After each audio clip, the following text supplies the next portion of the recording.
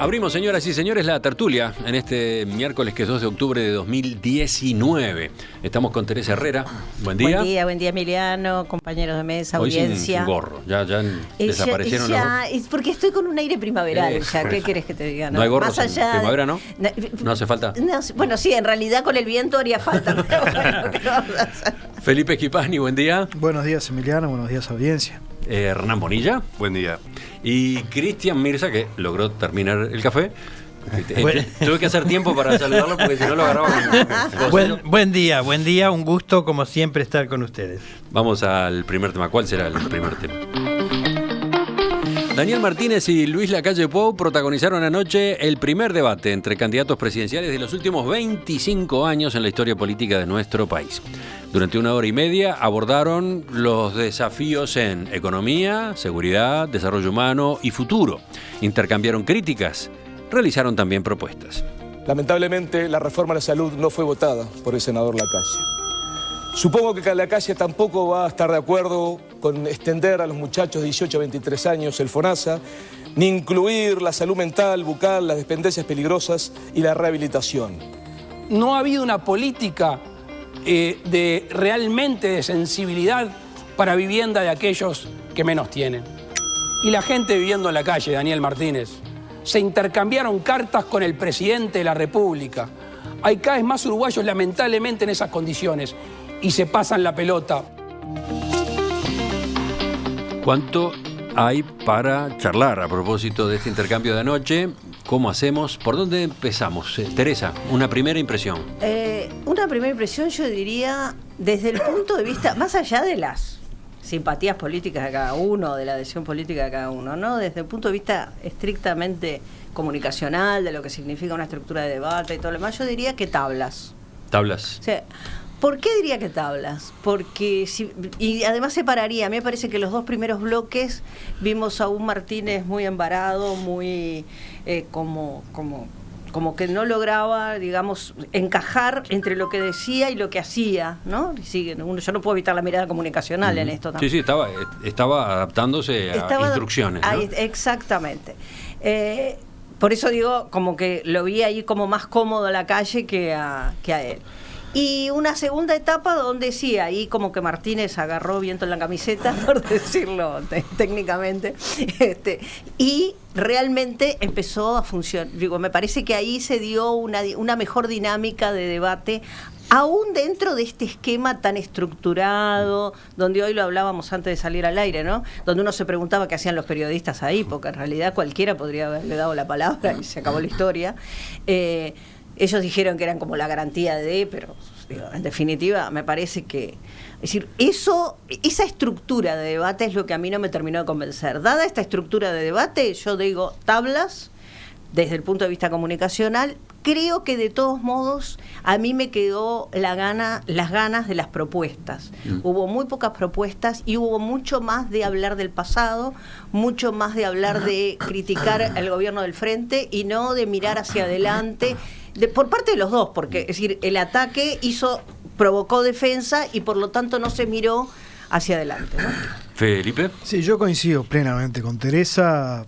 Fue un debate, creo que los dos lo encararon como para ir a jugar un empate, ¿no?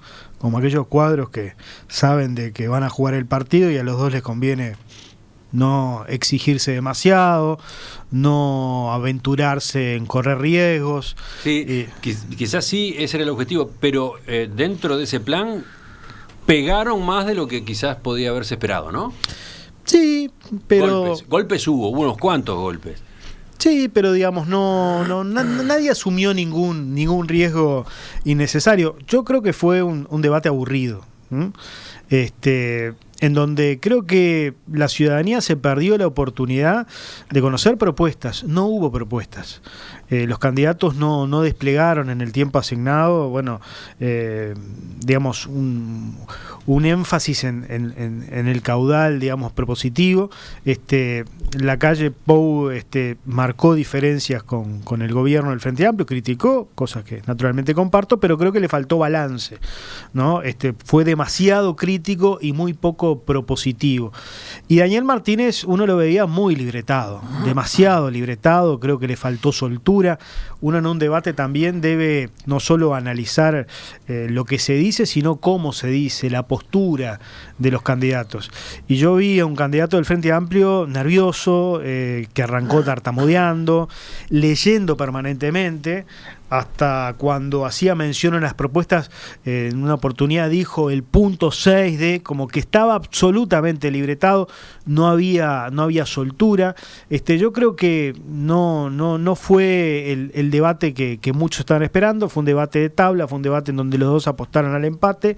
No creo que les supuso a ninguno, desde el punto de vista electoral, ningún beneficio particular, y yo creo que eventualmente los que salen ganando son los que no estuvieron en el debate. No hemos hablado nada de eso, ¿no? En los abordajes desde temprano están faltando los ausentes. Han faltado los ausentes. Que son varios, ¿no? En comunicación es tan importante lo que se dice como lo que no se dicen. Por lo menos dos, ¿no? Talvi, Manini, y después la lista podría seguir. Cristian. 3 aspectos o 3 variables: A, la estética; B, el formato; C, el contenido. A, la estética espantosa, oscuro. El fondo oscuro, los trajes oscuros, y en general la escenografía montada bastante paupérrima. 2, el formato muy acartonado, muy cerrado. El papel de los periodistas realmente uno no lo entiende. Lo podría entender desde la perspectiva de un periodista, de un medio que quiere estar ahí presente y decir canal tanto, canal X, estoy presente y conduzco y soy el que coordino todo, pero luego aquellos periodistas que pueden colocar una pregunta acertada o en todo caso hacer un comentario pertinente e inexistente. C, el contenido. Estoy totalmente de acuerdo, no hubo grandes novedades. En los primeros 2 bloques, más bien algunas propuestas y sobre todo la reivindicación de la gestión del gobierno al Frente Amplio en los primeros 15 años, 14, 15 años, y la crítica permanente. En los 2 primeros bloques no hubo ni una sola propuesta, fue la calle Po a criticar, no hubo. Y cuando se lo advirtió el propio Daniel Martínez, entonces en la tercera oportunidad aprovechó y dijo, bueno, ahora voy a hacer propuestas, porque se ve que sus asesores le dijeron, mira que se te va a ir todo el programa sin hacer ni una sola propuesta. Y luego me pareció también que no hubo diálogo, es decir, diálogo en el sentido de un diálogo más o menos distendido, si es que se puede en un debate de esta naturaleza, entre los dos candidatos. Más bien respuestas duras, cortadas, pero no un diálogo franco o en diálogo fluido. Entonces, ¿qué cambia o qué aporta? Yo creo que igualmente hay que valorar muy positivamente el debate, después de tantos años volver a... Yo recordaba antes de empezar el programa los debates, un poco, yo parezco un viejo de 80 y pico, ¿no? Abrió el paraguas. Los debates eran los de antes, muchachos. Porque me acordaba de aquel debate del 80 famoso entre los defensores de la dictadura cívico-militar y Tarigo y Ponce Echeverri como defendiendo la democracia, ¿no? Y yo decía, ahí nosotros nos parábamos, y lo contaba porque fue una vivencia personal, nos parábamos a gritar y a hinchar por Tarigo y por Ponce Echeverri. Y yo me pregunto, en las casas de toda la gente que vio el debate, ¿había este clima? Yo creo que no. Hernán. Yo tengo una visión un poco más positiva que los contertulios. A mí me resultó entretenido. Creo que fue... Es cierto que no ha sido un intercambio fluido. Me da la sensación de que el formato conspiró un poco contra el debate, ¿no? 4 minutos por bloque, y en algunos bloques los temas eran la economía, el tema fiscal, la inflación internacional, el mercado de trabajo. Imposible. Es imposible. Imposible. Nadie hubiera podido desarrollar un tema hablar sobre la situación, hacer propuestas, criticar al otro. No da para nada. Yo creo que además estamos hablando de que duró 90 minutos bruto. La duración Con bruta tanda. fue 90, pero Con tanda. hubo pausas en el medio. Sí. una exageración de Neto pausa. fue menos. Hicieron pausa hasta para el minuto final, ¿no? Creo que fue el tema de las pausas fue un poco Bueno, había que exagerado. venderlo, ¿no? No, claramente. Pero creo que igual que dio para que pudieran hablar sobre algunos de los principales temas. Creo que hubo algunas respuestas. Lo que tienen los debates de este tipo también es que los candidatos contestan lo que quieren y lo que no, y hablan de otra cosa. Claro. A mí me gustaría, ya que vamos a tener un debate en la segunda vuelta, porque es por ley que tiene que haber un debate entre quienes pasen el balotaje, ver la posibilidad de que se pueda cambiar el formato, ¿no?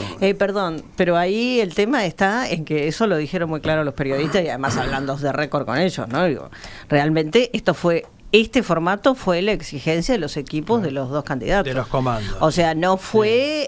si nadie quiso correr riesgos acá, me parece, ¿no? Entonces, eso me parece también que... Digo, ¿cómo haces después? Ahora sí, el debate es obligatorio, pero si te dicen, mira, el formato es vos tampoco podés presionar de tal forma que sea de acuerdo. otro distinto. A mí me parece que ahí... capaz que en la segunda vuelta, como se va a vender todo el pescado, a lo mejor se quiere correr un poco más de riesgos, pero realmente yo creo que la culpa de este formato no es responsabilidad de los periodistas, sino que se hizo lo que se pudo hacer. Entonces, este debate que añoraba Cristian, y que sí, yo me acuerdo también, realmente... Sí, debates eran los de antes. Estamos nostálgicos hoy. Pero habría que repasarlo entero, ¿no? Habría que repasarlo. Pero ¿sabés qué pasa además, Emiliano? Era como muy fácil, porque esto es un debate en democracia. Lo otro era un debate entre la contrademocracia, la democracia y la dictadura.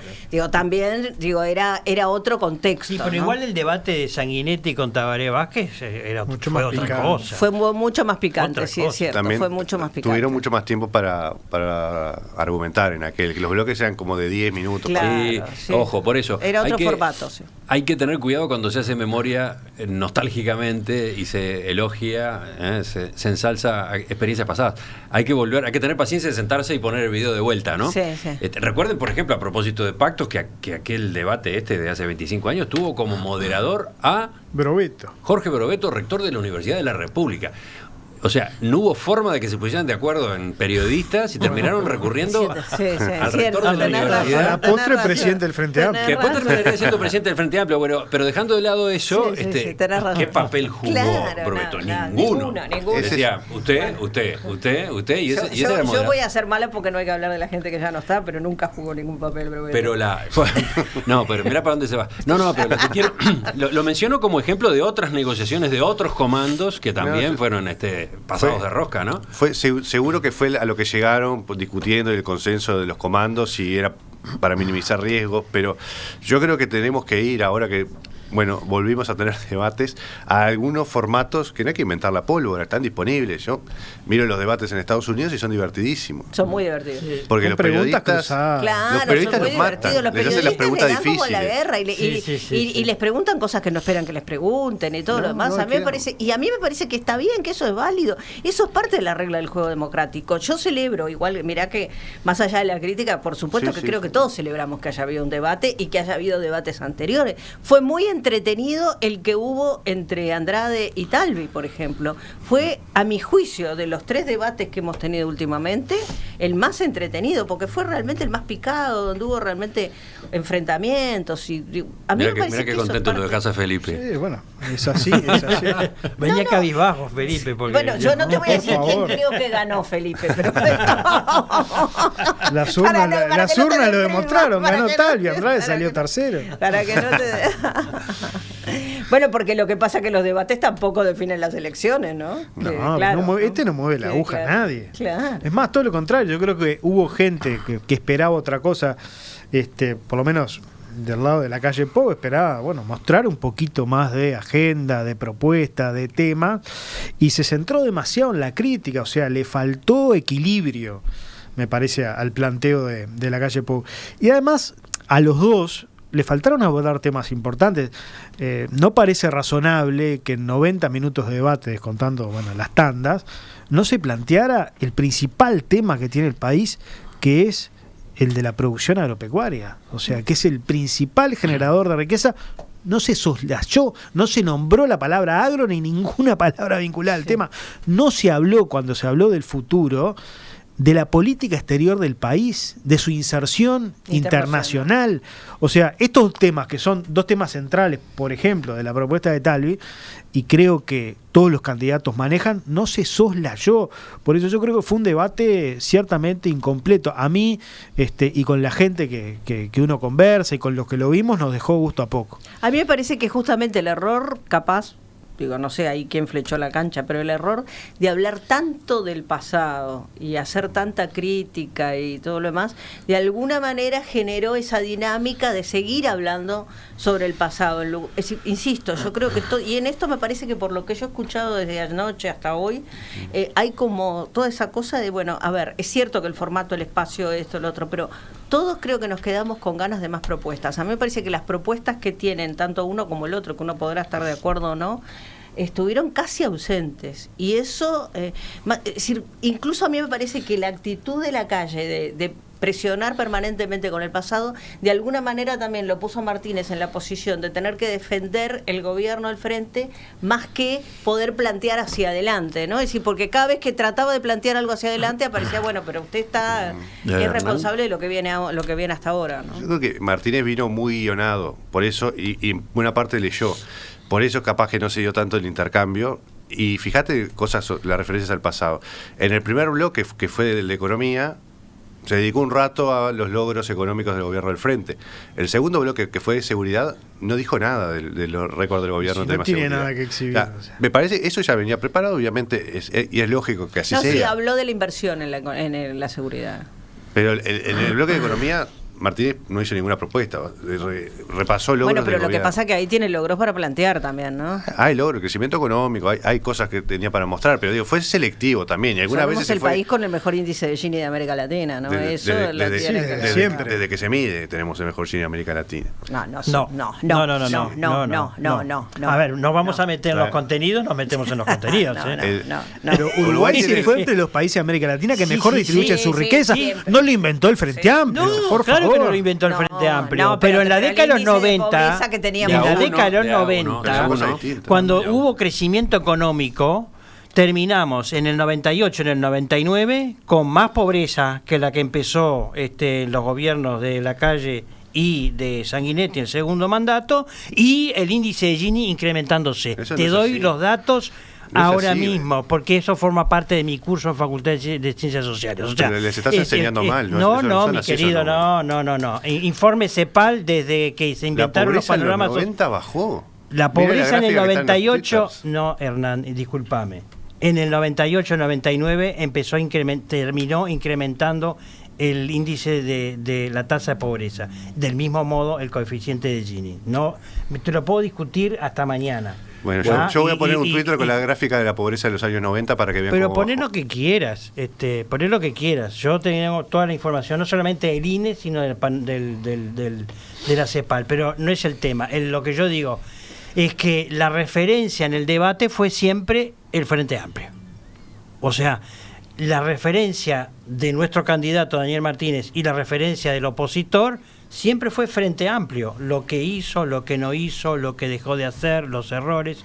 Y bueno, esa es la impronta de un partido predominante en el sistema de partidos uruguayos, que, reitero una vez más, es de los más estables en América Latina, más allá de las preocupaciones que algunos tienen respecto a su fragmentación a partir de los 10, 12, 11 partidos que están postulando.